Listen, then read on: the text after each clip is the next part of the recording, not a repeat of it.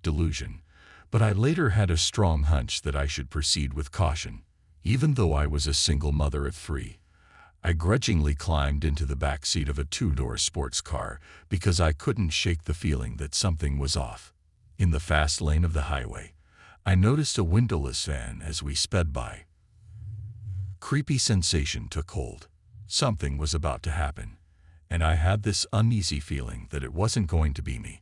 Then it occurred, a startling collision that sent us to our sides, snapped 40 feet of guardrail, and sent us careening into oncoming traffic.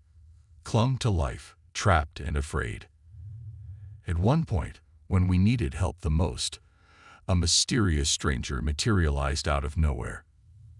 Unbelievably, he calmed us all as he effortlessly unlocked our car door and led us to safety. On the way to safety, he told me, "You'll be okay. We'll meet again." And those words stuck with me. In a bizarre turn of events, he bent my ensnared ring with his teeth to release it. Then he kissed me tenderly and vanished. An epiphany occurred when the unexpected arrival of police vehicles and fire engines signaled a turning point. Something else happened a few years down the road that was very close to death. An ordinary left turn turned into an out-of-body experience when I was involved in a collision. Loving spirit wanted to know whether I was ready to go, and there was an overwhelming sense of love in the room. For the sake of my children in particular, my response reaffirmed my attachment to life. The truck with heavy machinery posed a serious threat to my vehicle, which I observed from a height. The odds of my survival were low, but I awoke in the mangled wreckage of an automobile that had 2 doors instead of 4. As emergency personnel rushed to the scene, the driver suddenly showed a disturbing lack of control over the steering of his vehicle. My mediumship powers, which had lain dormant since infancy owing to fear, were awakened by this meeting. I was able to communicate with the dead as early as the age of 4, but I disguised my talent from everyone. I was so intent on proving my link that I passed us, Julie Beichel and Gary Schwartz's quadruple blind tests. Things were going swimmingly until a crippling disease hit. As I lost command of my body, dignity crumbled and agonizing agony became my regular companion. Spiritual surgeons, dressed as if they were on a holy mission, resurfaced during my lowest points. Even though they didn't say what they were here to do, just being there brought comfort and hope. Mysterious beings gathered for a purpose in a world beyond our comprehension. Their attention was drawn to a specific area next to the pancreas, on the abdomen, where a searing agony ran. A strong slogan resounded, "Endure, for this pain brings divine healing." Thus, the will to withstand the agony was conjured. To alleviate the pain, one had to separate their mind and body, which might be done by taking a deep breath in and out, and then abruptly releasing their spirit from their physical body. The spirit, free from pain, felt an overwhelming sense of expectation in this otherworldly realm. An awe-inspiring being, robed in splendor, materialized, possibly a god or an embodiment of the sublime in all its facets. Unconditional love, surpassing all earthly sensations, surged in its embrace. A celestial embrace embraced the spirit with flowing locks. It became clear that a serious illness had called for supernatural help. A lovely casket, like the one in Snow White's story, stood next to the lifeless body, illuminated by a bright ray. I was tempted by curiosity, but I decided to be cautious. The question that came up when they were led to a magnificent dome-like area was, why venture within this dome? We enter to safeguard our discourse from the universe. The response resounded like a holy guarantee. The bravery to take a seat was evident. Before her lay the paper, the lifeline contract, with bullet points outlining her life's mission: to become a voice, a calling that was once restricted to mediumship. A new mission and responsibility came with the upcoming harnessing of aptitudes. Complete understanding of this task eluded them. Inscribed with one's name and the date, 12/1/12, representing numerical reversibility similar to the potential reversal of disease. This commitment and contract is further emphasized. A sincere request surfaced just before we left, to be reunited with our parents or guardians, free from suffering and embraced by love. Reunion would rule out returning, as a heavenly caveat became apparent. An unexplored mission called out, thus pleading for a prolonged stay was fruitless. As a symbol of the irreversibility of all numbers and life's borrowed time, the date 12/1/12 was used to seal the contract and forge the oath. It was like rising from the water's surface all over again. The descent was reflected in the return. Once back into the system, the first breath was like emerging from deep sea.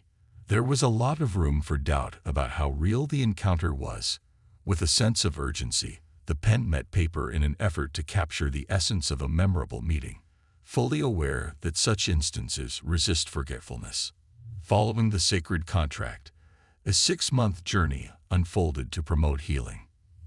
Its very being called for the merging of healing and mediumship, a mysterious and originally ill-defined path. A soul burdened by Hodgkin's cancer, which had invaded spine and brain, was encountered at a transforming juncture, culminating in ventures into healing. Even with aggressive treatment, the prognosis was bleak, a 2% chance of life. Despite this, a miracle recovery occurred after only 5 days of recuperation. Word of this miracle spread to other lands, sparking curiosity about the how and why of divine choosing. I do not know, but chosen I was, and this path I must traverse, was an unfaltering attitude. But the weight of chaos brought down the foundations of stability, and this sacred journey suffered the brunt of it. An interesting thing happens in the world of therapy sessions. I assume the position of a conduit, giving myself up to the divine, armed with a photo that may or may not include health information. My solemn vow, I will be your voice, which was originally associated with mediumship, now extends into more profound enigmas. Mysterious words flow out, their real meaning rarely clear to me but profoundly significant to those who hear them. I decipher these esoteric therapeutic experiences after each session. As they did when they visited me, spiritual surgeons make ethereal entrances within this magical place. At times, their quantity increases, covering many aspects of physical healing. With my eyes closed, I am fully aware of everything happening in this ethereal experience. On occasion, I go on a journey outside of my body, helping people communicate with loved ones in the afterlife, or have conversations with the divine. A complex and rich tapestry unfolds with each session. The realm of sound is an interesting aspect. Every sound, from the jingle of a lost instrument to the squeak of a cabinet door, brings the auditory world to life. Curiously, I replicate these sounds on the tape, making them reverberate in my clients' ears. By saying, "Yes, I heard that," they confirm the strong bond. Beyond the surgeons, even to the divine, connections are made in these meetings. A soul afflicted with cancer drew dangerously close to the end of a remotely administered healing session in one moving example. Here in this hallowed ground, the camera stays silent. Our havens meet. Clients sometimes reflect my feelings. I may cause them to feel drained, immobile, sleepy, or as if energy were flowing through them if I swallow this medicine. Revelations unfolded during a singular, remarkable session. A woman stood before God, who she saw reflected in the face of a tiny girl. At first, I didn't understand who the kid was, but then it hit me. She was the woman. Divine truths disclosed, recalling a traumatic childhood incident. When she was just 7 years old, her mother's death became clear, and her father, consumed by rage, took her outside to see the killing of her puppies. As I became aware of them, the dreams and messages unfolded. The foundation of every statement, even the most profound ones, is trust. Customers are curious to see how they respond to the recordings that are delivered to them. Here, the client confirmed the veracity of the findings by acknowledging the reappearance of long-buried traumas. This crucial revelation served as a catalyst for healing, reigniting her passion for life, which is now characterized by joyful hikes. Every day, my sessions are woven with such significant interactions. An intriguing cinematic masterpiece unfolds as the unknown unfolds.